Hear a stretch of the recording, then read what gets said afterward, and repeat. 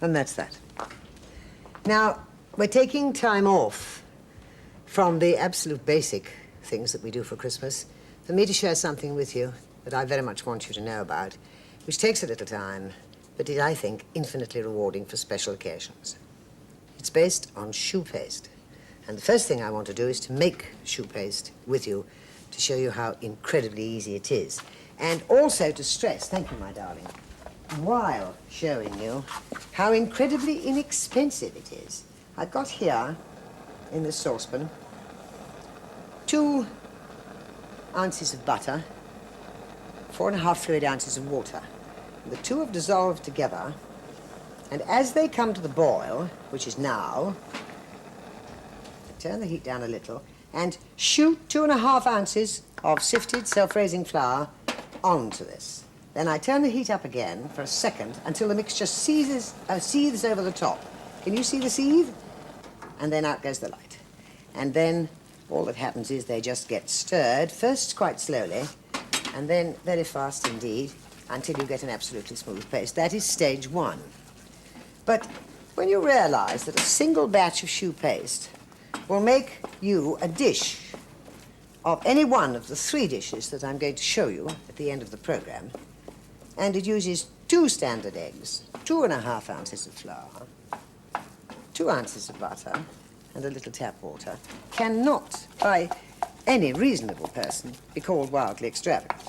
Now, as soon as you've got that to a smooth paste, like a roux, you know that one of old, the flour and water paste, which leaves the bottom and sides of the pan clear, you discard the spoon if you're clever,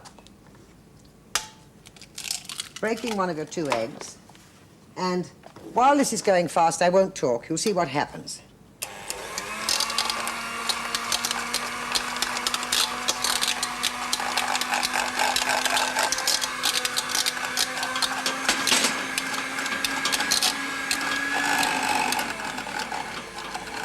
Now, you have to go on beating past the globule stage until the mixture smooths. Now, there's the globule stage, which you can see for yourselves, I think. Nasty little lumps. And I go on working at full speed, because it's so nice and quick, until I get this really smooth paste.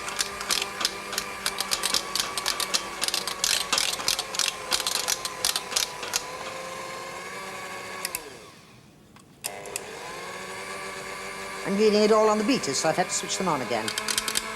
That's better. Now, the mixture is made, except for that being scraped off. But in point of fact, it's by no means ready for cooking, because the most important point comes last.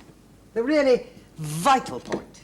You see, many years ago, I got myself into a most terrible state of fury, because I read in a woman's magazine a perfectly correct recipe for making shoe paste, and a perfectly correct description of how you piped the various items out. And then when it was baked correctly and taken out of the oven, I nearly had kittens, because the instructions said, and then split the buns open, whatever shape they are, and with the handle of a teaspoon, scoop all the surplus goo from the middle. Well, of course, as you and I know, there shouldn't be any goo. And there's only one trick that ensures you will never have any goo in the middle. My face is going to be very red in a minute, because in here are buns. I'm going to take them out and show them to you cooked, and we're going to open them. And there won't be if you leave the shoe paste to get absolutely cold before you pipe it out. That's what we're going to do next. Now, in piping it out, you have an oiled baking sheet. Very little oil. And just work over the surface with the brush. I use a makeup brush. I buy a new one now for this sort of thing, and I sterilize it and then use that. And it works perfectly and never molts any hairs. Now, in here, I've got some of my cold shoe paste mixture in this icing bag with a 1/2-inch writing pipe. That is for the most luxurious kind of petit four that can exist. They cost a bomb in the only place I know where you can get them, which is in Paris.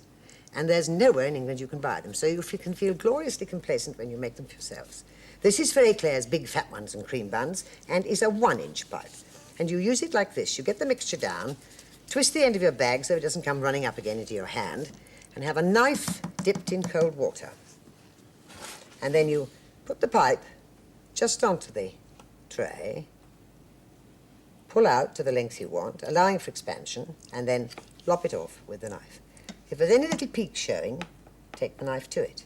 If there's a little air bubble, smooth it off with the knife dipped in cold water and get a perfect éclair at the end. Now then for a cream bun. This time, you hold the bag vertically. Get a clean knife, dip it in cold water, and push. First pull it up, then push it down, then pull again a little, and then push down again until you get a good bun shape, and then cut it off. And then pat it into shape with that wet knife. And then you get a perfect bun when it comes out of the oven. So simple, when you know. Now, if you want to make this thing that I've got a reputation, quite an unjustifiable one, for making these wonderful petit fours, and they're so easy. You pipe little éclairs, like this. Steady it with a knife. That's the half-inch writing pipe. Lop it off. That's a bit big, actually. If this is the proper size, I wasn't thinking properly. That's the size for the little ones. You see? Like that. And every time a coconut. Should you forget, as one tends to do when you're not used to something, and you pipe it like this, and then you start pulling the end off, and you get in a bit of a mess, and do that, and you've got that dreadful streak there, I'll show you how to deal with it. First, you lop it off to the length you want, pick that up, put it back in the bag when you're at home. There isn't time to do that now. Then dip your knife again and shape it off. So you can always replace turf or tidy up. There's a little tiny peak there. Always be tidied up with that wet knife. Now then, for the little buns, which look adorable when they're done. I've demonstrated a peak. You see, if you do one thing wrongly, you make the next one wrong for yourself. Then for the little buns, vertical, press down ever so gently, pull up, press down, and lop off. Push down ever so gently. That's it. And lop off. And then that little peak goes immediately with the wetted knife. And if you think it looks a bit too broad in its beam, just straighten it off like that. Now again, you're going to be surprised at the oven temperature. I want you to put those in, Sarah. Where are you, my darling? You can do them in this oven if you want, doesn't matter. But I want you to see where they go. Right up high on the top shelf. Can you see that? And at gas mark 8. Now, it's somewhere around 12 minutes for the little ones. And it's somewhere around up to 30 for the very big ones, because it's no use you taking them out when they're pale. This is the mistake that so many housewives make, because they're more, thank you, my darling, they're more vulnerable to humidity in our natural humidity in our atmosphere than even meringues. And you know what they can go like on a rainy day? Biscuits. Do you see? You bake them really dark. Then they'll keep their shape and be perfect. And there are the little miniatures, and there are the little miniature buns. And now we shall fill them together, ice them together, and do the whole thing right through. And then I'll show you how to keep them if you make them 6 months before you want them. Take a baby one. Split it. Where's the goo? It's hollow, isn't it? Completely hollow. Look, in goes my finger. That's because, let's try a big one.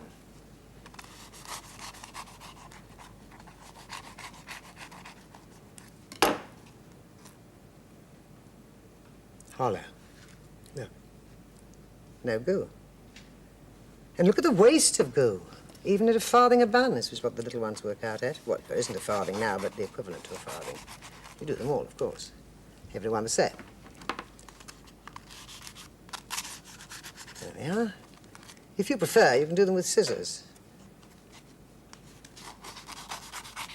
Go right round the nose on one side. And again, same thing.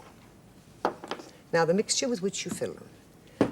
If they're going to be like those ones which you come back from France saying, oh, I wish we could buy things like that in England, but of course one can't.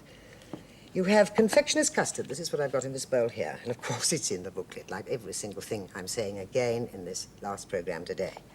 And the texture of it is that. But when you make it up, you can put it in a jar and you can keep it in ordinary domestic refrigeration for a month in cold weather and for about 3 weeks in the heat, like last summer. That's double cream. That's all I shall use for filling everything that you will see on my display table today, so you can work out the cost of that. And the confectioner's custard, see if I can remember, is 4 ounces of caster sugar, half a pint of milk, and the yolks of 3 eggs. So it won't ruin you. And that's the mixture that you fill in, and that's the one that tastes like the ones you have in France. Now, let's have some custard in.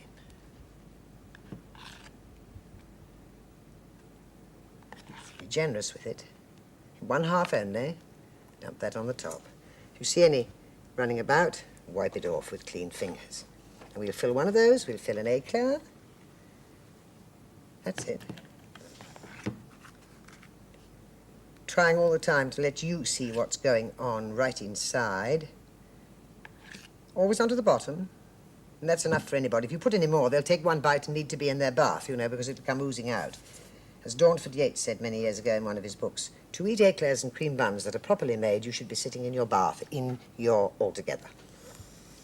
But that's not very suitable for parties. There we are. Now we do that one. Then we'll do a baby. And then we'll start on the icing, which is the greatest fun and so simple. It's all simple. Is he filled? No.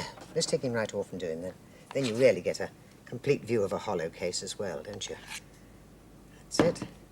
Always on a rack, and then in little blobs that drop through, if you're working on a clean surface, you can scoop up and put back in the bowl afterwards. Now then, I must have one of these. We have, but we haven't filled it.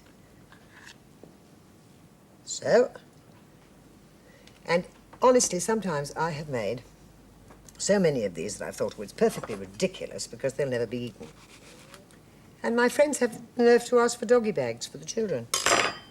So I don't put liqueurs in all of them, because you can flavour this confectioner's custard, remember, with anything you like. You don't have to have the plain vanilla one. Or you can give it chocolate or coffee, liqueurs from little tiny miniature bottles. You know, the sky's the limit. Now, we've had enough of that. So let's try the icing. And by the way, just before we go, I must show you this as a matter of interest. Supposing you want to do something entirely different as a show-off. You can pipe little rings, like baby Gâteau Saint-Honoré. Look. And tidy them off, which I'm not doing now because I'm just showing you this a little bit of extra and I haven't time for it. Do you see? So you can get the most dreamy things out of it and everybody wonders how you've done it. There it is. Now then, icing. You have it here. You put some more icing sugar in and you have a little bit of colouring.